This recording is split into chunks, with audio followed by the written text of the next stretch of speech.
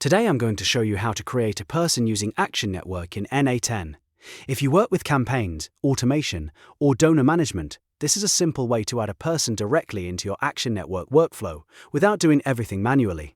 And if this tutorial helps, please hit like and subscribe for more quick N8n guides.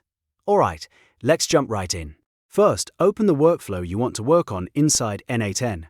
This should be the workflow where you want the Action Network step to run. Once you're inside the canvas, look at the Nodes panel on the right side of the screen. This is where you can add new nodes to your workflow. In the Nodes panel, search for Action Network and select it. Once the node appears, add it to your workflow. After that, you'll want to choose the Create a Person option. This tells the node exactly what action you want it to perform inside Action Network. Now comes the configuration step. Here, set up the fields based on the person data you want to send. This is where you map the information from your workflow into the Action Network node.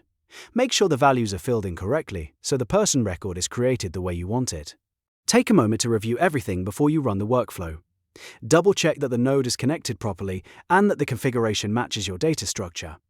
Once that is done, your workflow is ready to create a person in Action Network automatically. And that's it. You've now created a person using Action Network in N8n.